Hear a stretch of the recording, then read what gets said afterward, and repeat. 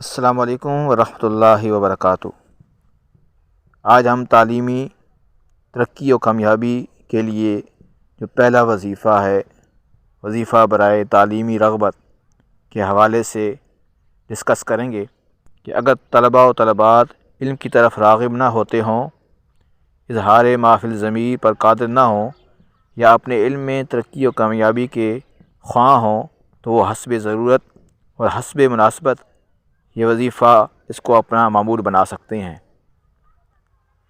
اگر کسی طالب علم کا پڑھائی میں دل نہ لگتا ہو، دل کے اندر حصول تعلیم کی رغبت نہ ہو، تو اس کے لیے یہ وظیفہ نہایت ہی مفید اور مؤثر ہے۔ اعوذ باللہ من الشیطان الرجیم، بسم اللہ الرحمن الرحیم۔ لقد من الله على المؤمنين إذ بعث فيهم رسولا من أنفسهم يتلو عليهم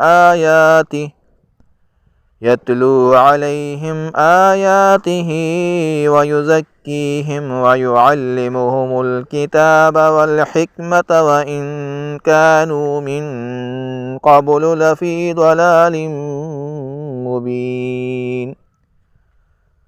رب زدني علما والطور وكتاب مستور في رق منشور والبيت المعمور نون والقلم وما يسطرون۔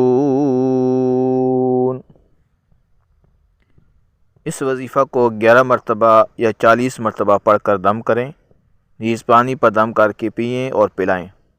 اول و آخر 11 بار درود پاک پڑھیں، انشاءاللہ عز و جل حصول علم کی رغبت پیدا ہوگی۔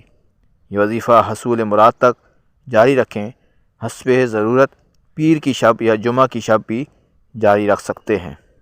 اللہ تبارک و تعالیٰ سے دعا کریں اور نماز کی پابندی کریں، انشاءاللہ تعالیٰ اللہ پاک آپ کے بچے اور بچی کو اور جو طالب علم ہے اس کو تعلیمی رغبت نصیب کرے گا۔ السلام علیکم ورحمۃ اللہ وبرکاتہ۔